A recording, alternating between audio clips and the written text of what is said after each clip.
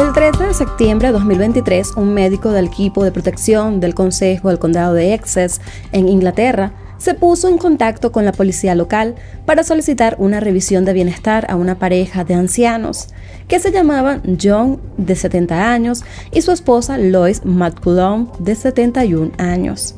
El doctor que se comunicó con la policía era el médico de cabecera de la pareja y estaba preocupado porque no los había visto en varios años. Según el médico, no habían asistido a las citas que tenían programadas y tampoco habían ido a recoger su medicación. John sufría de hipertensión, diabetes tipo 2, glaucoma y colesterol alto, mientras que Lois tenía agrofobia y rasgos de trastorno obsesivo compulsivo. La policía, por lo tanto, comenzó a investigar sobre la pareja y se lograron comunicar por teléfono con su hija menor de nombre Virginia, quien tenía 36 años en ese momento. Cuando los oficiales hablaron con Virginia, quien vivía con sus padres, ella les dijo que ambos estaban de vacaciones y con respecto a las inasistencias de las citas médicas, la mujer dio varias excusas. Los detectives pensaron que había algo muy extraño en sus respuestas. Virginia les dijo que en ese momento sus padres estaban de viaje y que regresarían un mes después, en octubre. No obstante, la mujer no pudo presentar una prueba que validara esa información. No había un ticket de avión, de tren o autobús, un recibo de algún hospedaje, ni nada que pudiera probar que los padres estaban de vacaciones. Poco después, las autoridades obtuvieron una orden de registro para revisar la casa de la familia McCullum, porque empezaron a sospechar que había algo inusual en todo esto. Ya para el 15 de septiembre ejecutaron la orden e ingresaron a la casa de la familia. Dentro solo estaba Virginia, quien los recibió de una manera muy tranquila. Los videos de la cámara corporal de los oficiales muestran a Virginia sumamente calmada, confesando haber asesinado a sus dos padres ancianos. Y no solo eso, la mujer relató cómo lo hizo y les indicó a los oficiales dónde estaban los cuerpos. En el video se le escucha bromear con uno de los oficiales diciendo: "Anímate, al menos atraparon al malo".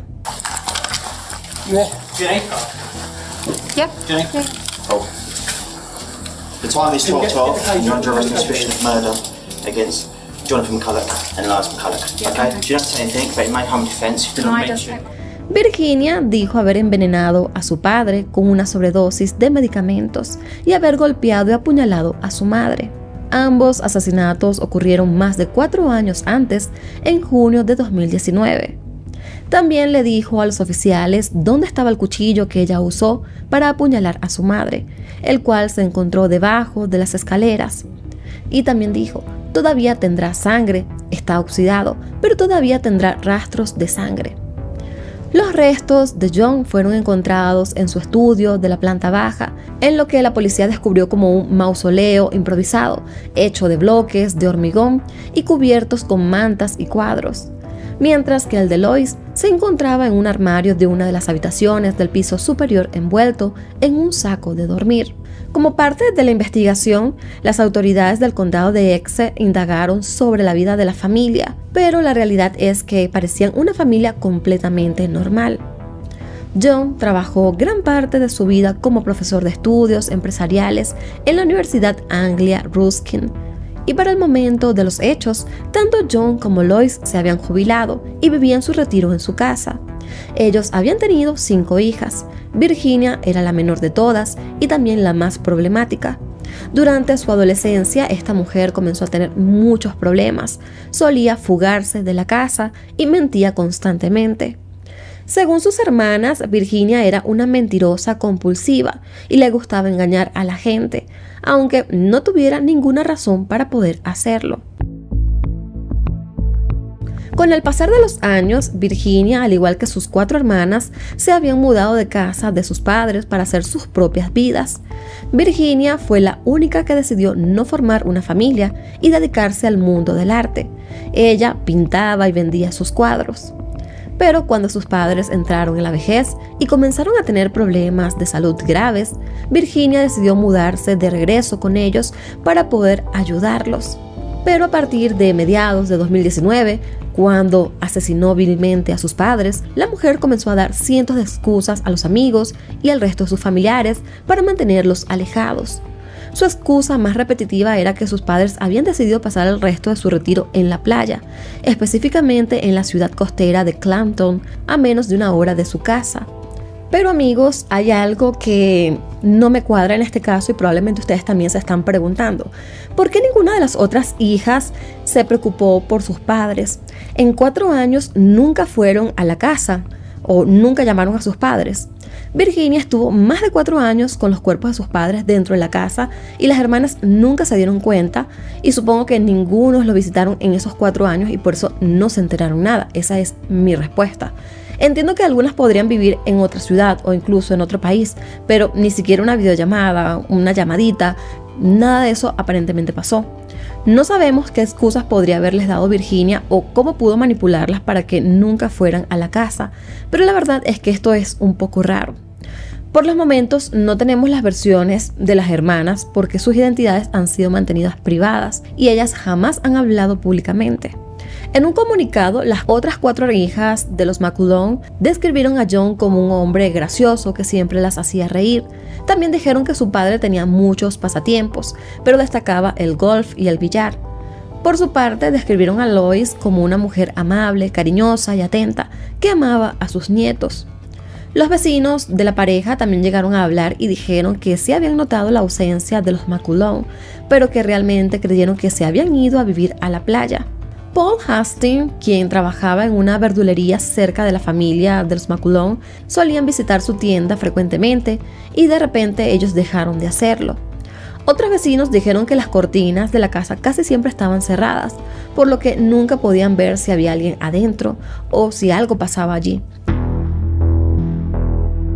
Según la policía, Virginia comenzó a planear estos crímenes en marzo de 2019, cuando comenzó a acumular una gran cantidad de medicamentos.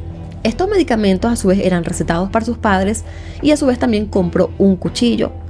En los meses posteriores comenzó a darle a John ciertas dosis de estos medicamentos para ver cómo reaccionaba y en sus propias palabras dijo que lo usó como conejillo de indias.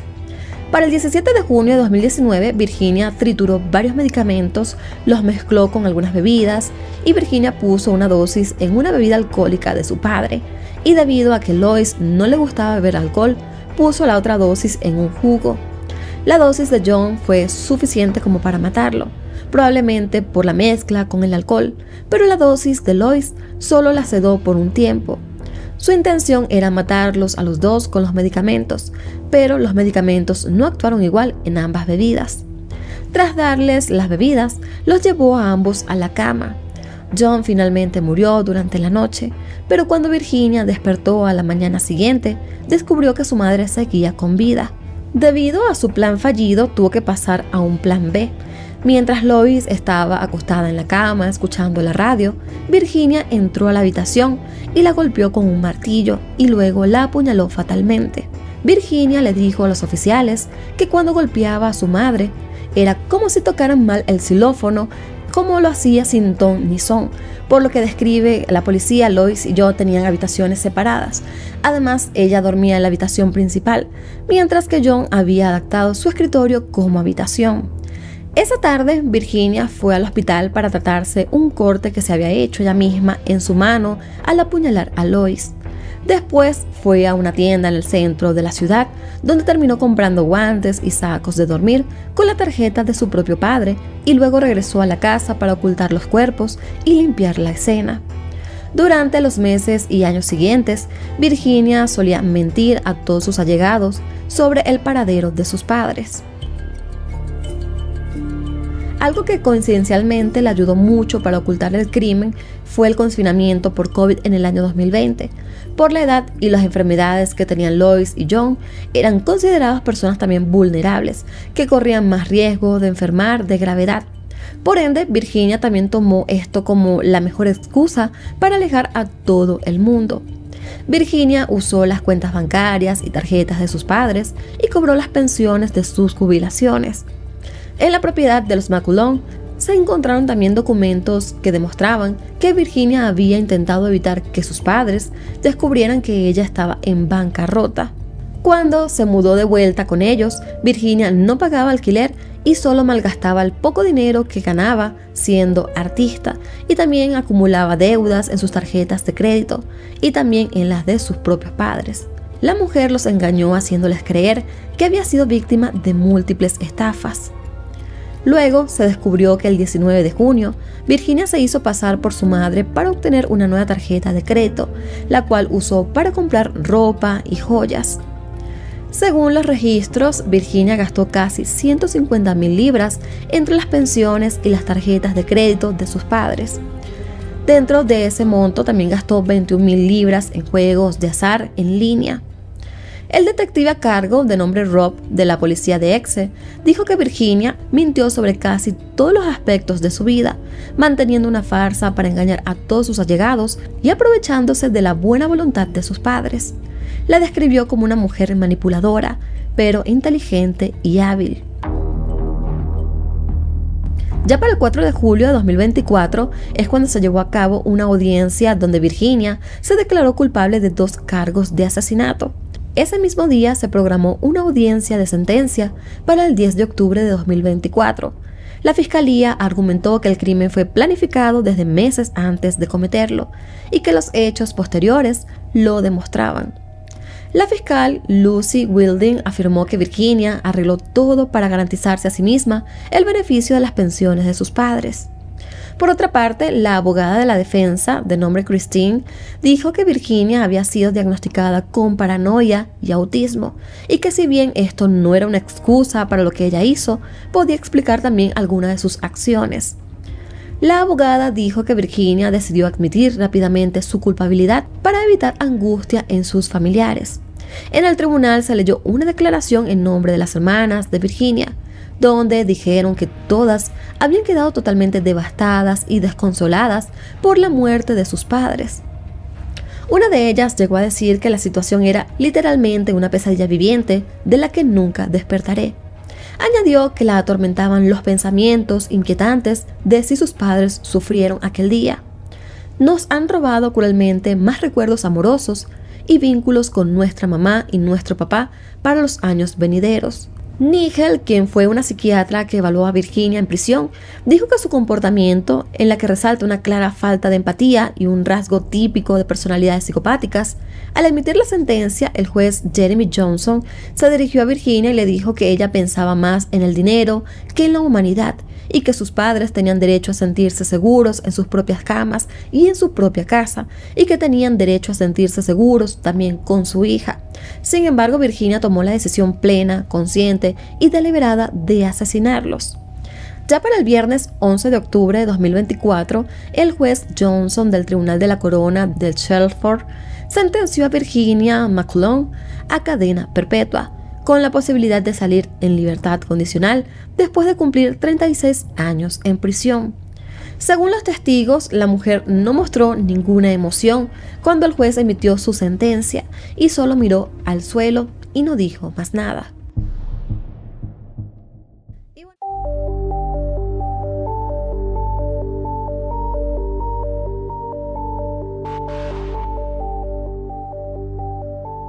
Susana Morales era una joven de origen hispano que estudiaba tercer año en la escuela secundaria ubicada en Georgia, Estados Unidos. Ha sido descrita también por su familia como una adolescente inteligente y alegre, que era muy querida por sus seres queridos. Sus padres, Florentino Morales y Mary Brown, habían emigrado a Estados Unidos desde México unos 25 años atrás, con el deseo de ofrecerle también a sus hijos mejores oportunidades y una mejor calidad de vida. Su hermana, Jasmine Morales, también la llegó a describir como la bebé de la familia y dijo que era una persona bella y talentosa a quien le esperaba un futuro brillante y prometedor. Para el momento de los hechos, Susana contaba con 16 años y vivía con su familia en Santa Ana Drive, en la ciudad de North Cross, en el estado de Georgia. La mañana del 26 de julio de 2022, Susana salió con su madre para acompañarla a su trabajo. Pero unas horas después, alrededor de las 4 de la tarde, regresó a casa y 2 horas más tarde salió nuevamente a casa de una amiga suya. Para ir a la casa de su amiga, Susana solo debía hacer un recorrido de unos 15 minutos a pie. Cuando llegó al lugar en el tiempo estimado, ella le envió un mensaje a su madre informándole que ya había llegado a casa de su amiga. Alrededor de las 9:40 de la noche, Susana le escribió nuevamente a su mamá para decirle que ya iba de regreso a casa. Sin embargo, para las 10 de la noche ella no había llegado, así que su madre comenzó a llamarla, pero estas llamadas no entraban a su celular.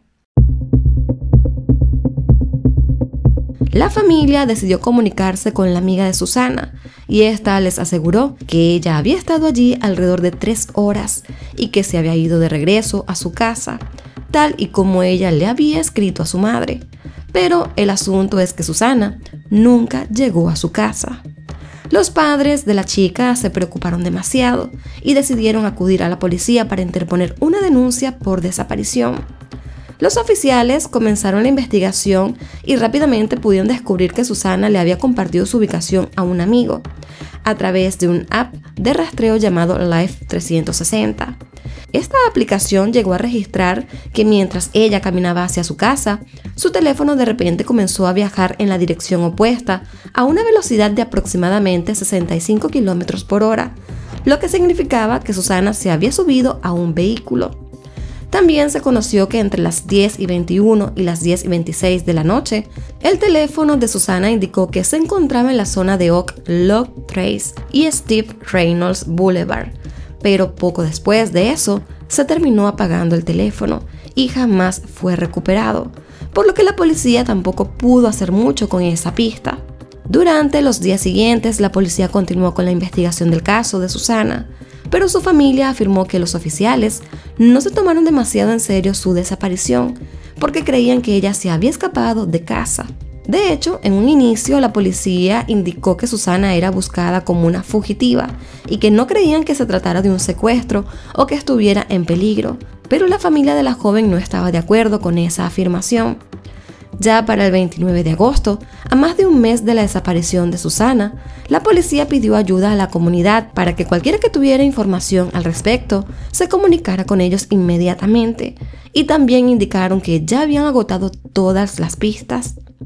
Desafortunadamente, la familia continuó con la incertidumbre durante varios meses, ya que no fue hasta febrero del año siguiente cuando se produjo un avance en esta investigación.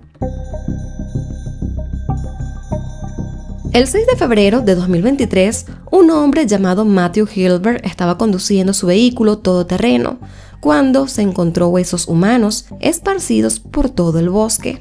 Lo curioso es que alrededor de estos restos no había ninguna prenda de vestir ni objetos personales que pudieran ayudar a la identificación. Lo único que lograron encontrar fue una pistola Glock, que parecía tener bastante tiempo allí. 2 días después, el 8 de febrero, la policía informó que habían logrado identificar los restos humanos y que efectivamente pertenecían a la desaparecida Susana Morales. Debido al avanzado estado de descomposición y también a la ausencia de traumatismos evidentes en los huesos, no se pudo determinar la causa de su muerte. Los detectives también analizaron el arma que habían encontrado en esta escena y lograron descubrir que pertenecía a un policía del departamento de policía de Doraville, en Georgia. Para el 22 de febrero, la policía del condado también anunció que habían detenido a un oficial de policía de nombre Miles Bryan, de 22 años, por su vinculación con el crimen de Susana Morales. También dieron a conocer que había sido arrestado el 13 de febrero y que estaba arrestado sin derecho a fianza, debido a que había hecho intentos de esconderse, huir y ocultar su identidad. Antes de ser parte del departamento de policía, Bryan había estado trabajando como ayudante del sheriff del condado de Forsyth entre marzo de 2020 y mayo de 2021. Bryan había denunciado el robo de su arma pocos días después de la desaparición de Susana, pero argumentando que se le habían sustraído un par de días antes. Bryan dijo que él había dejado la puerta de su camioneta sin llave cuando ocurrió el robo, pero al hacer la denuncia, solicitó específicamente que no se asignara un detective para investigar el robo de su arma. Además, la policía supo que Bryan vivía muy cerca de Winescape, que es la zona donde Susana fue vista por última vez. Toda esta información hizo que los detectives pusieran su atención en este oficial de policía, y las sospechas crecieron aún más cuando se descubrió que su celular estuvo ubicado en el área donde se encontró el cuerpo de Susana. Inicialmente, Brian enfrentaba cargos por ocultar la muerte de otra persona y hacer un informe falso de un delito, pero luego se le añadieron cargos de asesinato, secuestro e intento de violación. Luego de que se diera a conocer la vinculación de Brian en el crimen de Susana, una ex compañera de clase de Brian se presentó en un conocido canal de televisión y lo acusó abiertamente de haberla acosado y de haber intentado ingresar a su casa sin autorización a finales del año 2022. Esta mujer también compartió un video de la cámara de seguridad de su puerta, donde se podía ver a un hombre con características similares a Brian, merodeando su casa en varias ocasiones e intentando abrir la puerta. Elisha declaró que temía por su seguridad y afirmó que Brian había entrado en su departamento en una ocasión mientras ella no estaba. La mujer también dijo que había acudido a la policía para denunciar este acoso y que presentó los videos como evidencia ante el departamento de policía, pero lamentablemente ninguno de los oficiales le prestó demasiada atención a su denuncia. En esa ocasión, el departamento de policía de Doraville afirmó que habían iniciado una investigación administrativa, que tuvieron una conversación con Brian y que posteriormente este cesó el acoso y mejoró su comportamiento.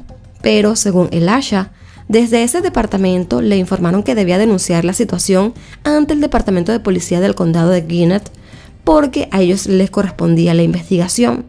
Ella hizo esta denuncia, pero eventualmente la policía cerró el caso contra Brian, alegando la falta de pruebas. Luego de que Brian resultó ser el principal sospechoso del asesinato de Susana, el caso de Elisha fue reabierto y Brian también enfrentó cargos por estos delitos. Mientras tanto, la familia de Susana creó también un GoFundMe y llegó a recaudar más de $23,000 para cubrir todos los gastos funerarios de la adolescente. Miles Bryan rechazó un acuerdo de culpabilidad ofrecida por la fiscalía antes de iniciar el proceso judicial en su contra.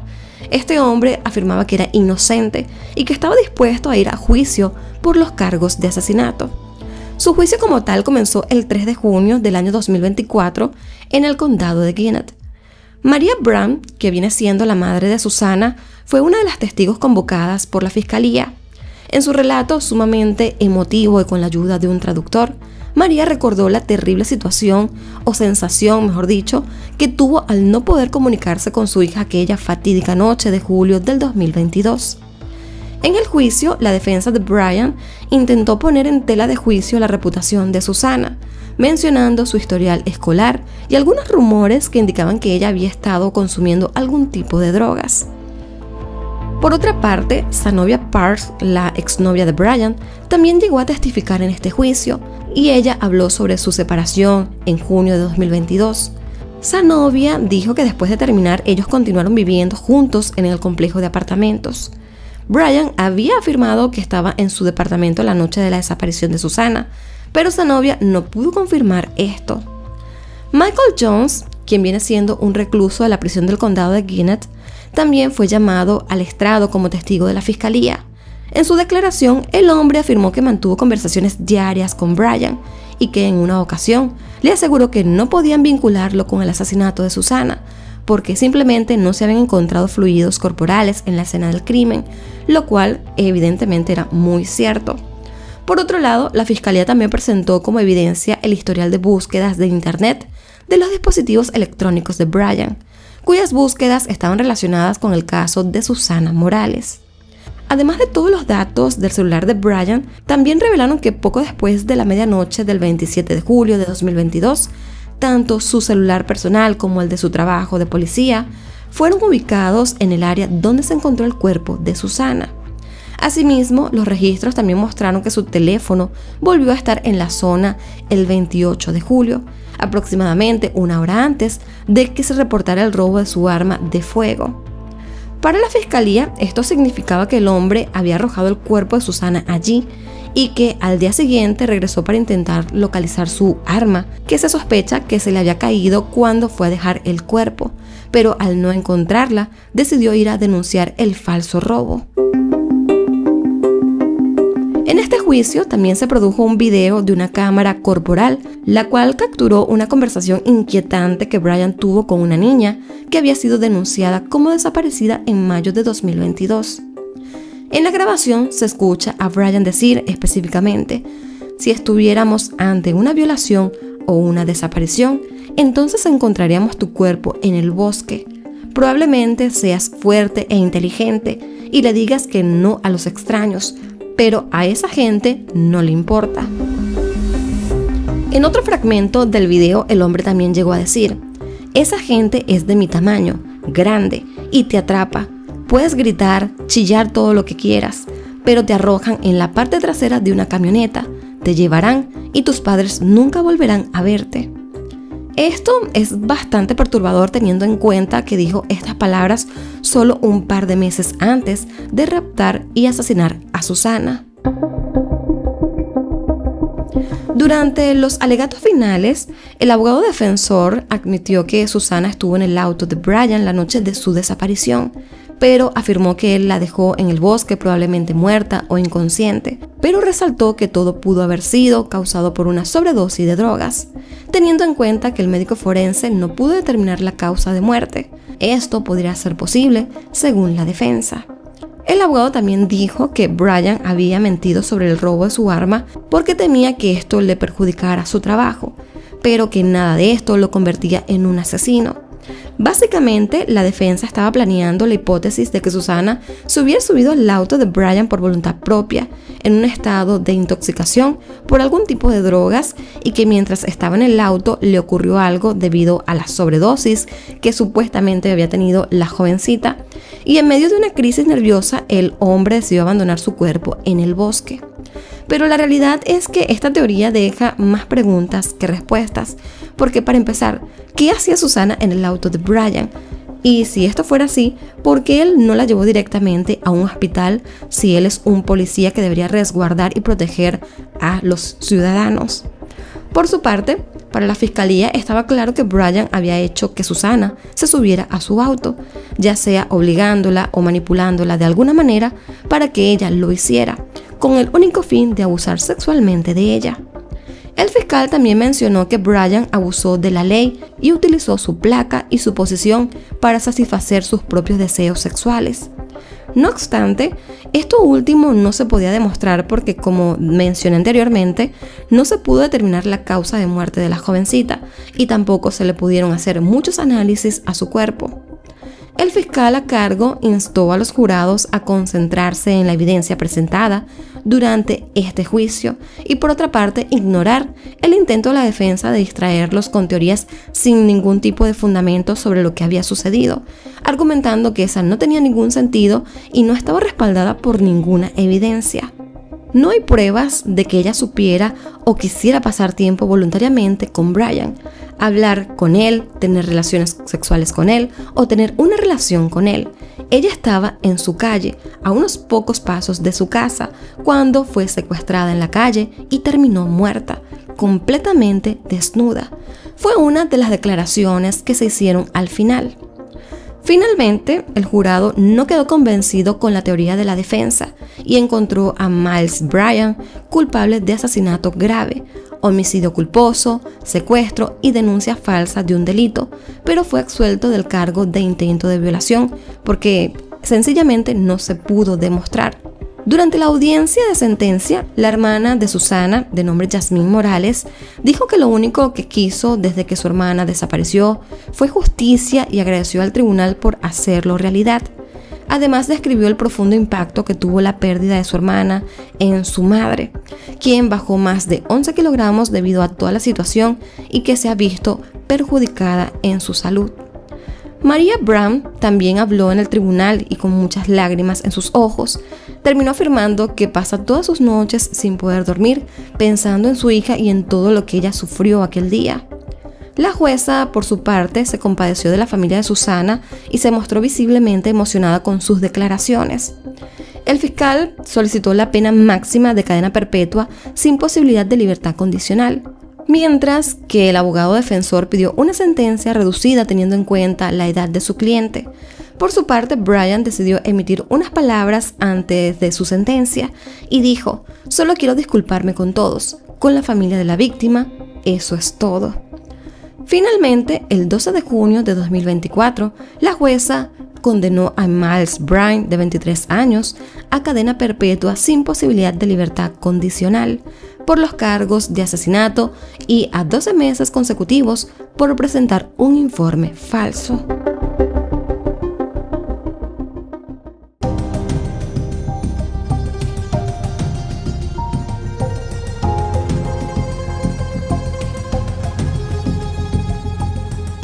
El 8 de diciembre de 2020, alrededor de las 2:30 de la tarde, la policía de la ciudad de Georgia, Estados Unidos, recibió una llamada de una persona que alertaba sobre una bebé de 13 meses que había sido apuñalada en una casa en el vecindario de Mountain View, esto ubicado en el condado de Cherokee.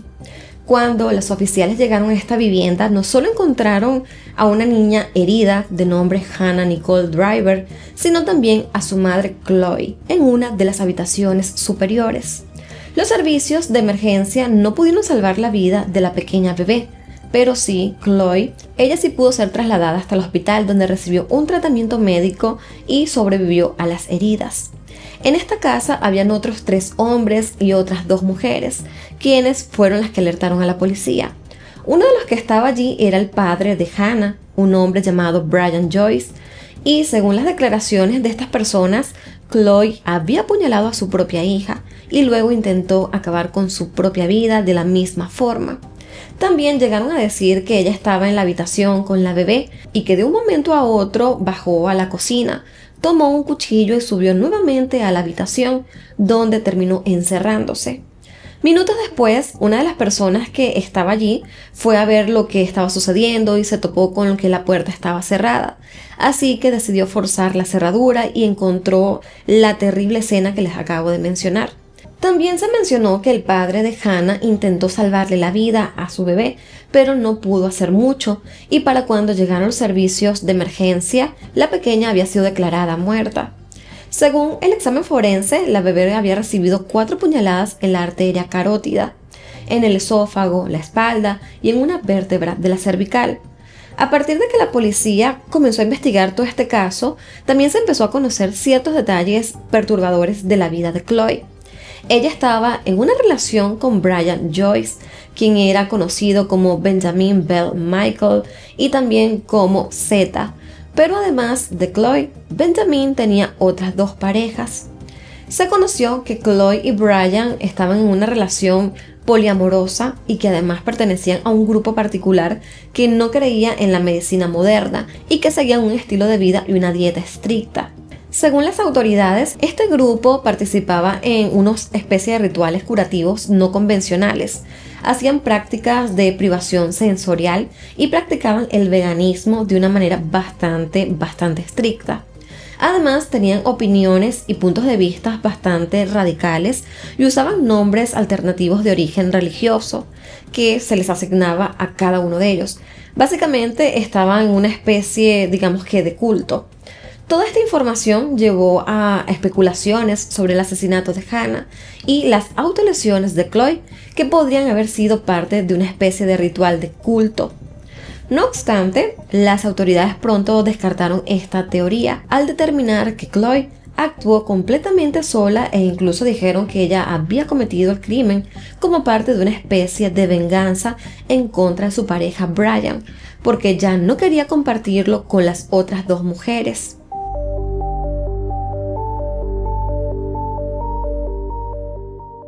Por otra parte, el juicio en contra de Chloe Driver inició el 12 de noviembre del año 2024, casi unos 4 años después del crimen, y en él se conocieron muchos más detalles de este lamentable caso, ya que durante esos 4 años no hubo demasiadas actualizaciones. El juicio duró 6 días en el que testificaron un total de 21 testigos y también se presentaron 135 pruebas, incluidas llamadas al 911, fotografías de la escena del crimen y el arma homicida. El primer testigo del juicio fue el operador del 911, quien fue quien respondió la llamada aquel 8 de diciembre de 2020. Y esta persona llegó a relatar cómo las personas que acompañaban a Chloe informaron sobre el apuñalamiento de Hannah. Además, la fiscalía reprodujo toda esta llamada en el tribunal. Este operador dijo que ninguna de las personas que llamó dijo que Chloe estaba herida y solo informaron sobre las heridas de Hannah. La casa en donde estaba esta particular familia donde ocurrió el crimen era propiedad de un hombre llamado Gerald Ablan, quien permitió que Brian Joyce y Gabrielle, su novia de ese entonces, vivieran con él por unos 3 meses. Gerald dijo que había conocido a Brian en el año 2015 a través de un amigo en común y que la primera vez que lo vio fue en un video de YouTube que le enseñó su amigo, en el que Brian hablaba sobre cosas espirituales y de la conciencia. Gerald comenzó a tener cierto contacto con Brian y desarrollaron también una especie de amistad. Posteriormente, Gerald quiso ayudarlo y le ofreció quedarse en una habitación de su casa hasta que éste consiguiera otro lugar donde vivir, que fue alrededor de 3 meses después. En su declaración, Gerald dijo que Chloe también se quedó a vivir con Brian en su casa, pero que más tarde una de las abogadas de la defensa lo terminó corrigiendo diciéndole que Chloe no era la misma chica que se quedó en su casa, sino otra chica llamada Gabrielle, y que él mismo dijo esto en una declaración a la policía el 8 de diciembre de 2020. Así que Gerald confirmó que conoció a Chloe después, cuando en un par de ocasiones Brian le pidió quedarse en su casa por una noche. Gerald también declaró que no hubo nada que lo preocupara o situación que hiciera que ellos se fueran de la casa, simplemente que su estadía allí era temporal y que después de esos meses él ya estaba harto de tener gente en su casa, así que le pidió que buscaran otro lugar para donde vivir. El testigo también añadió que después de que se fueron, llegó a ver a Brian un par de veces más cuando él le pidió pasar una noche en su casa por motivos de viaje o algo similar, y que tampoco tuvo demasiada comunicación con él posteriormente. Para el momento de los hechos, Brian ya no vivía allí, pero tenía varias de sus cosas en el sótano de la casa de Gerald. Respecto al día de los hechos, Gerald relató que Brian le informó que iría por algunas de sus cosas en compañía de otras personas. Entre ellas estaba Chloe y la bebé, y él le dijo que estaba bien. Cuando llegaron, Gerald estaba en una llamada de trabajo por Zoom y solo les abrió la puerta sin prestarles demasiada atención. Pero al cabo de un rato comenzó a escuchar ruidos y gritos de Brian que decía «abre la puerta», mientras la golpeaba y pateaba, las cuales provenían de una de las habitaciones del piso de arriba. Así que este subió rápidamente a ver qué estaba sucediendo y es allí donde se encontró con rastros de sangre y la terrible escena. El oficial de policía de Canton, Gary Pruitt, fue el primero en llegar a la escena y también testificó que en la llamada del 911 las personas dijeron que una mujer había matado a su bebé con un cuchillo. Cuando Pruitt llegó a la escena, se encontró con 2 personas heridas, no una, como se les había mencionado, y añadió que encontró a Chloe tirada en el suelo, tomada de la mano con su hija en la cama. Jason Pillars, un amigo de Brian y Chloe, que también era parte del culto, habló sobre algunas prácticas del grupo. Entre estas incluían lo que él llamó como la terapia de orina, que consistía básicamente en beber su propia orina porque, según él, trae beneficios para la salud. Jason afirmó que conoció a Brian a inicios de 2020 y que le pareció muy interesante su dinámica matrimonial de poligamia y que quería aprender más de ello. Jason dijo que solía hablar de su estilo de vida alternativa y de temas muy profundos con Brian y que ellos nunca discutían estos temas con sus esposas porque eran mujeres que solo querían correr, reír y hacer tonterías en la playa. En una de sus declaraciones también llegó a decir: Brian y yo estamos sentados hablando de física cuántica a nivel médico, pero estas mujeres no tienen esas conversaciones. Juegan con el bebé y hacen lo que hacen las mujeres y hacen tonterías, sonríen y se ríen. Fue una de las cosas que terminó firmando en el tribunal. Y no conforme con esto, Jason también añadió: no voy a tener estas conversaciones con estas mujeres, ni siquiera sé si son capaces de eso. No es un insulto, es una cuestión de hecho. De todos modos, ese no es su papel. Cabe destacar que Jason prestó declaración mientras estaba bajo custodia policial, ya que había sido acusado de cargos no relacionados y estaba cumpliendo una pena en prisión. Antes de su arresto, Jason Pillars estaba siendo buscado por la policía, quienes advirtieron que él era un sujeto muy peligroso que podría estar armado. Se conoció que cuando Chloe conoció a Brian y entablaron una relación con él, ella solo tenía 17 años y él 38. Cuando cometió el crimen tenía apenas 20 años y las otras dos esposas de Brian también eran sumamente jóvenes. Él también creó una especie de contratos para todas ellas y las adoctrinó hacia sus creencias. Según Jason, durante este tiempo en el que conoció a Chloe, ella había comenzado a sufrir varios problemas de salud mental y también afirmó que ella se volvía como loca y empezaba a temblar y atacaba a Brian y a las otras parejas de Brian e incluso al mismo Jason. Además, se ponía como si estuviera ausente y terminaba gritando. Pero horas después ella afirmaba no recordar las cosas que había hecho. Jason destacó que Chloe jamás intentó hacerle algo en contra de su bebé y que de todas maneras él y Brian tampoco lo hubiesen permitido. La defensa de Chloe también afirmó que toda la situación ocurrió debido a un brote psicótico que la joven sufrió en ese momento y que sus problemas de salud mental se desataron al estar involucrada en esta secta. Otra cosa muy importante que quiero mencionar o destacar es que Brian Joyce o Benjamin Ben Mitchell, como también es conocido, no declaró en este juicio en contra de Chloe hasta la audiencia de sentencia y se conoció que él había sido arrestado el 14 de noviembre de 2024 por cargos relacionados a un fraude. No obstante, al parecer salió en libertad bajo fianza de más de $220,000. La doctora McLendon, psicóloga forense, quien realizó una entrevista clínica con Driver después de este terrible asesinato, testificó en el juicio y dijo que determinó que Chloe sufría de paranoia y delirios y que tenía creencias fijas y falsas sobre algo, aunque hubiesen evidencia de lo contrario. Chloe también le dijo que antes del asesinato ella veía una especie de señales que le convencieron de que Brian y las otras esposas querían que ella se quitara la vida y matara a Hannah. Además, la joven pensaba que tenía poderes mágicos y que podía leer las mentes. Según Chloe, Brian y sus otras parejas le proporcionaron aceite de CBD de manera constante y para la doctora Garrett esto podría haber intensificado su paranoia y sus tendencias delirantes. Chloe pensaba que todos la atacaban o querían acabar con ella y se sentía aislada de las otras mujeres y estaba convencida de que ella y Hannah eran pecadoras. Esto porque creía que tener una relación con alguien que estaba casado y tener a su hija en una relación abierta era también un pecado. Así que comenzó a creer que ambas eran la encarnación del pecado. Pero no solo eso, Chloe pensaba que ella le estaba vertiendo maldad y descargando su pecado a su hija a través de la lactancia materna. Esto llegó a tal punto que Chloe no se refería a Hannah por su nombre, sino por pecado, la llamaba pecado. Respecto al momento del crimen, la doctora explicó que el desencadenante fue cuando ella le pidió a Benjamin algo limpio para cambiar a Hannah y él le lanzó una camisa sucia.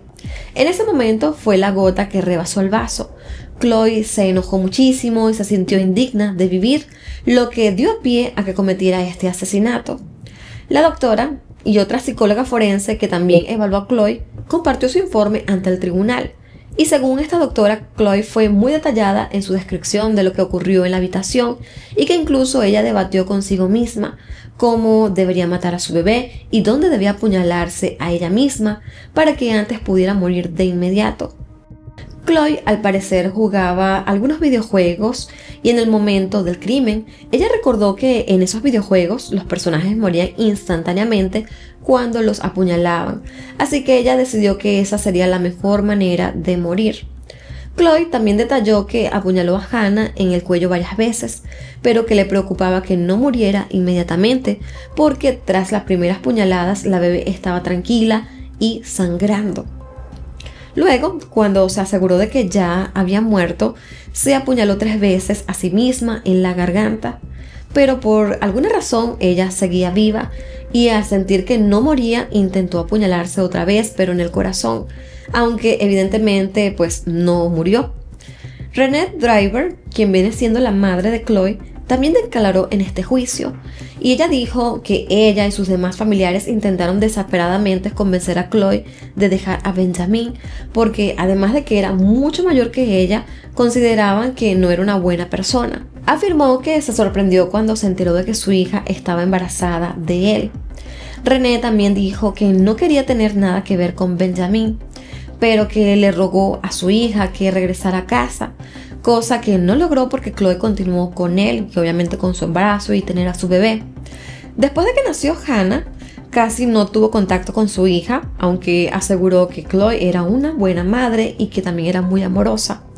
René dijo que nunca notó ningún problema de enfermedad mental en Chloe, pero que sí le preocupaba el hecho de que estuviera involucrada con este hombre significativamente mayor que ella. Ya para julio de 2020, René comenzó a preocuparse porque allí fue cuando vio que su hija había perdido mucho peso y que hablaba casi murmurando. Para ella su hija ya no era la misma, se estaba desmoronando y parecía una especie de zombie. Por otra parte, la fiscalía argumentó que incluso después de ser arrestada, Chloe mostró una falta de responsabilidad y de remordimiento. Afirmaron que tuvo un mal comportamiento durante el juicio, que incluía reírse mientras uno de los testigos daba su declaración y tener sexo telefónico con su novio desde la cárcel mientras se estaba llevando a cabo el juicio, lo que también demostraba una clara indiferencia y desprecio por la vida de su hija. Por su parte, la defensa alegaba que ella simplemente debía obtener una pena reducida por razones de locura, ya que en el momento del crimen estaba en un estado tan delirante que no tenía la capacidad de distinguir entre lo que sería el bien y el mal. Sin embargo, el jurado del Tribunal del Condado de Cherokee no estuvo del todo de acuerdo con esta afirmación, así que el 20 de noviembre de 2024 la encontraron culpable de homicidio malicioso, homicidio grave, crueldad infantil y agresión agravada. Antes de la sentencia, Chloe leyó una declaración en la que expresaba su dolor por la muerte de su hija y afirmó que no habría cometido el crimen si no hubiera sufrido de una enfermedad mental, y además afirmó que aceptaba el castigo que le impusieran.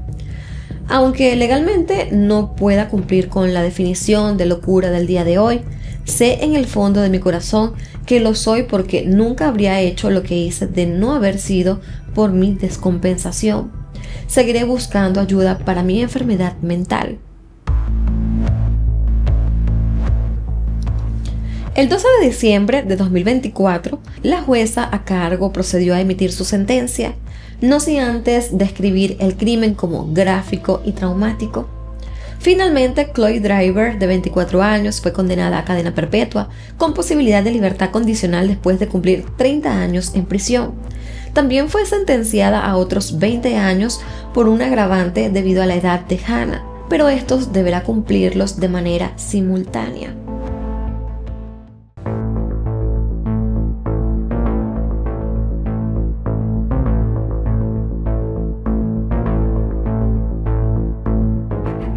El 20 de febrero de 2020, una mujer de nombre Sarah Bond llamó al 911 para reportar la muerte de su novio Jorge Torres Jr. de 43 años. Lo primero que dijo en la llamada después de dar su dirección fue: "Mi novio está muerto", pero lo dijo de una manera bastante calmada. Cuando el operador le preguntó qué había pasado, Sarah dijo que la noche anterior habían estado jugando al escondite, pero que ella se quedó dormida y que al despertar lo encontró muerto y no supo qué pasó. Sarah dijo que su novio estaba rígido y morado y que le salía sangre de su boca. El operador del 911 le dijo a Sarah que intentara hacerle RCP y le indicó paso a paso cómo hacerlo, mientras llegaban los servicios de emergencia para que pudieran ayudarlo.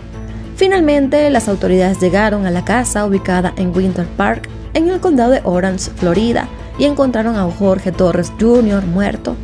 Sarah dio una explicación más detallada a los oficiales sobre lo que había ocurrido. La mujer aseguró que la noche anterior ella y su novio estaban pintando y armando un rompecabezas, mientras consumían alcohol y les pareció buena idea jugar a las escondidas. Según Sarah, Jorge se metió voluntariamente en la maleta como una parte del juego y tras descubrirlo ella cerró la cremallera como una especie de broma. Al cabo de un rato ella dijo que se fue a dormir pensando que Jorge podría abrir la maleta porque le sobresalían algunos dedos. Cuando se despertó la mañana siguiente buscó a su novio por varios lugares de la casa pero no lo encontró hasta que recordó aquella maleta. Cuando la abrió lo encontró inconsciente y llamó al 911.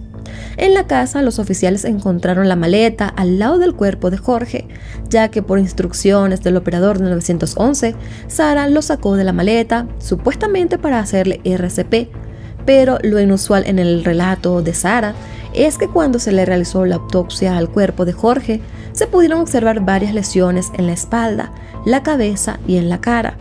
Jorge tenía rasguños en la espalda, un gran rasguño en el cuello, un corte en el labio y hematomas en el hombro izquierdo y hematomas en la frente por un traumatismo contundente.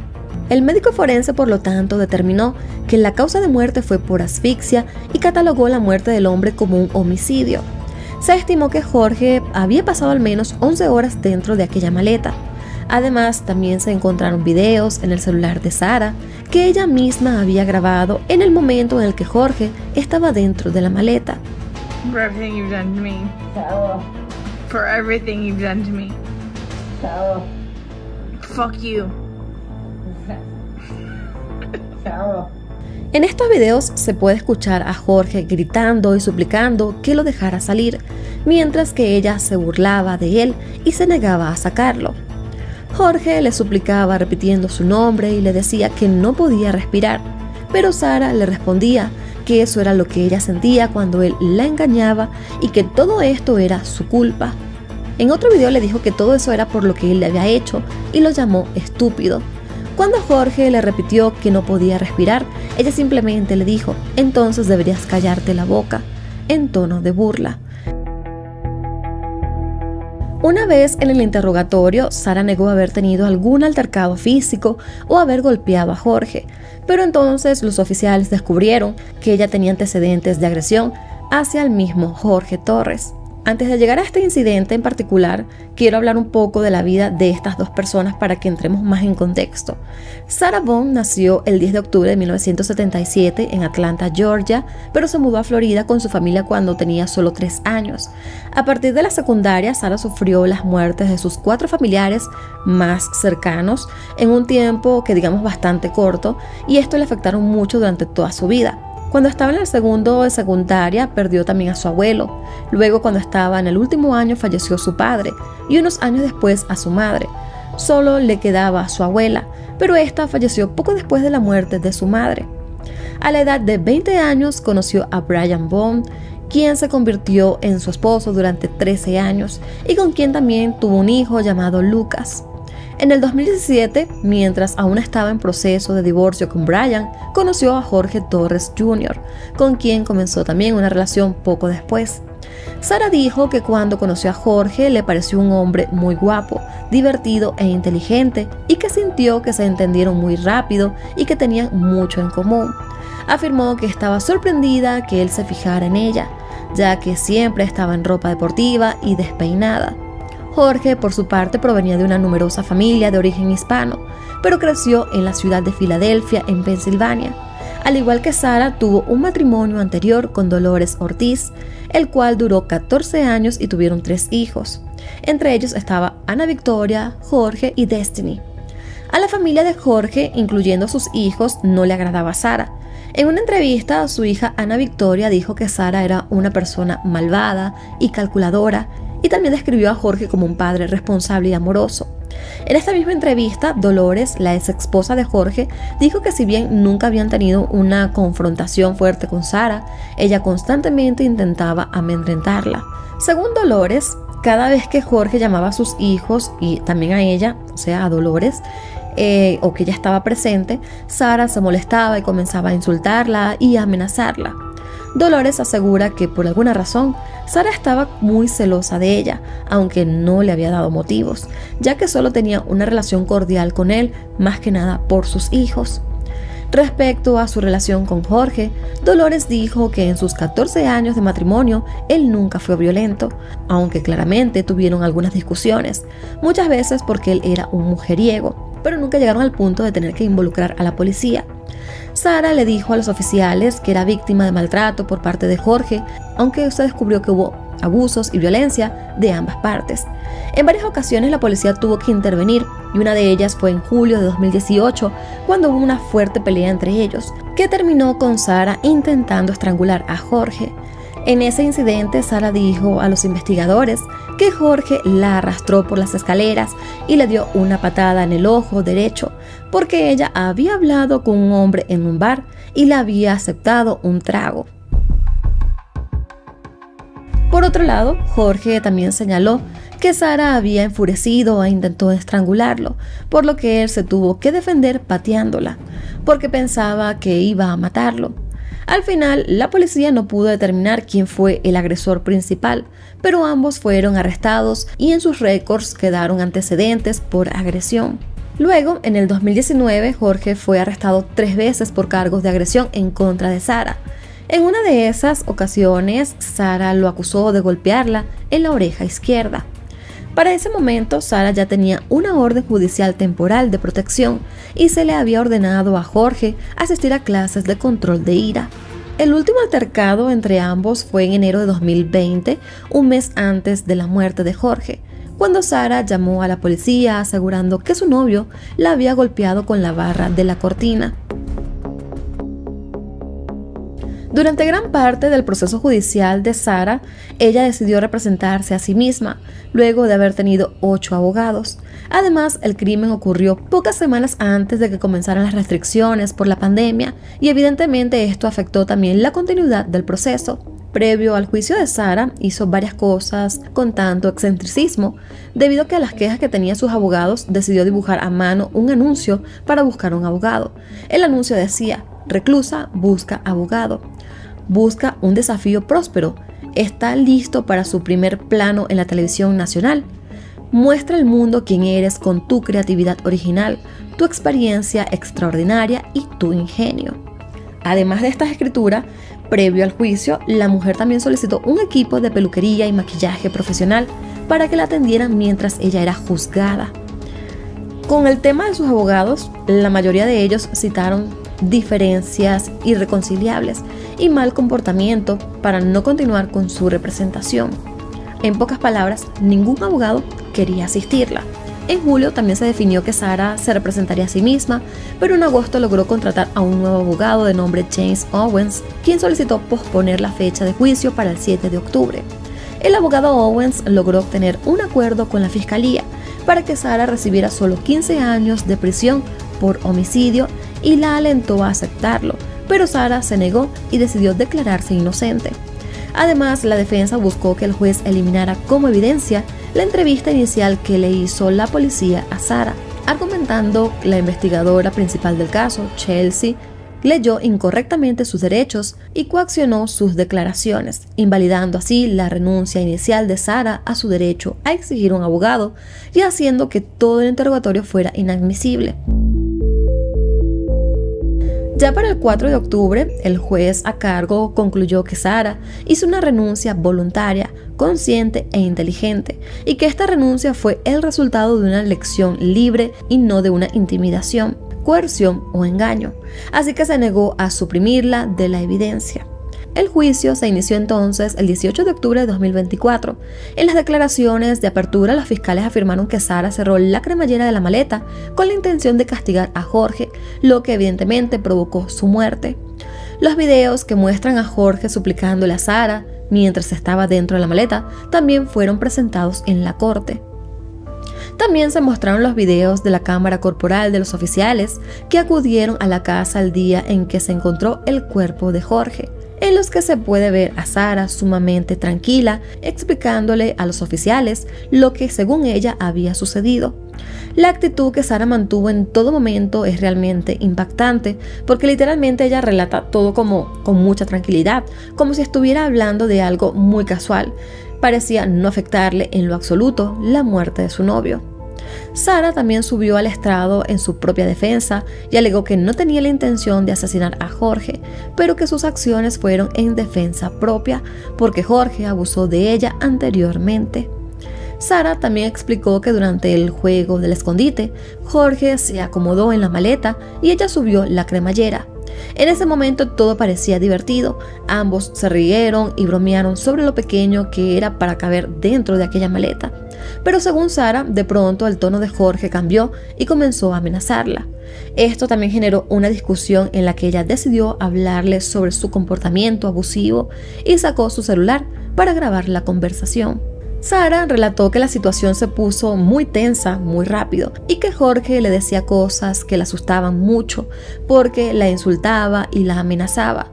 En un momento Jorge comenzó disque a moverse dentro de la maleta y pudo sacar una de sus manos, pero ella tenía mucho miedo de que él se saliera, así que tomó un bate de béisbol y comenzó a golpearle la mano. La mujer también aseguró que tenía mucho miedo porque él solía decirle que la golpearía hasta dejarla irreconocible o que terminaría matándola. Sarah afirmó que ella no quería darle una lección a Jorge, sino que simplemente quería que él intentara comprender cómo ella se sentía ante los abusos físicos que él la sometía, para que según ella tal vez pudiera progresar y ser una mejor persona al día siguiente. Ella dijo en el tribunal que subió las escaleras y que toda su cabeza comenzó a dar vueltas hasta que se desmayó en la habitación. Luego señaló que se despertó a la mañana siguiente sin poder encontrar a Jorge, pero luego lo halló todavía dentro de aquella maleta. Sarah expresó que se sintió sumamente horrorizada y con un gran sentimiento de terror cuando descubrió el cuerpo de su novio. Los fiscales, por su parte, dijeron que estas afirmaciones se contradecían con lo que ella misma grabó en video, donde se le podía escuchar burlándose de Jorge cuando él le suplicaba que lo dejara salir de la maleta y que no se percibía que ella tuviese miedo. La defensa argumentó que Sarah estaba sufriendo de trastorno de estrés postraumático, pero un psiquiatra que la evaluó dijo que no había podido diagnosticarla con este trastorno. Sin embargo, en varios videos captados por las cámaras corporales de los oficiales que llegaron a acudir a la casa en esas ocasiones, se podía escuchar a Jorge decir que estaba cansado de que Sarah lo golpeara y que ella apareciera de la nada. Lo golpeaba y luego era él quien terminaba en prisión. Lo que quiere decir esto es que él dice que ella era la agresora y él terminaba siendo la víctima. Con todas las evidencias, testimonios y alegatos, el juicio terminó concluyendo 10 días después, por lo que el jurado fue enviado a deliberar y en solo 60 minutos el jurado anunció que ya estaban listos para dar un veredicto. El 25 de octubre de 2024, el jurado declaró a Sarah Bond culpable de asesinato en segundo grado. Por lo tanto, el juez a cargo programó la sentencia para el 2 de diciembre a la 1:30 de la tarde, a lo que Sarah podría estar enfrentándose a una cadena perpetua.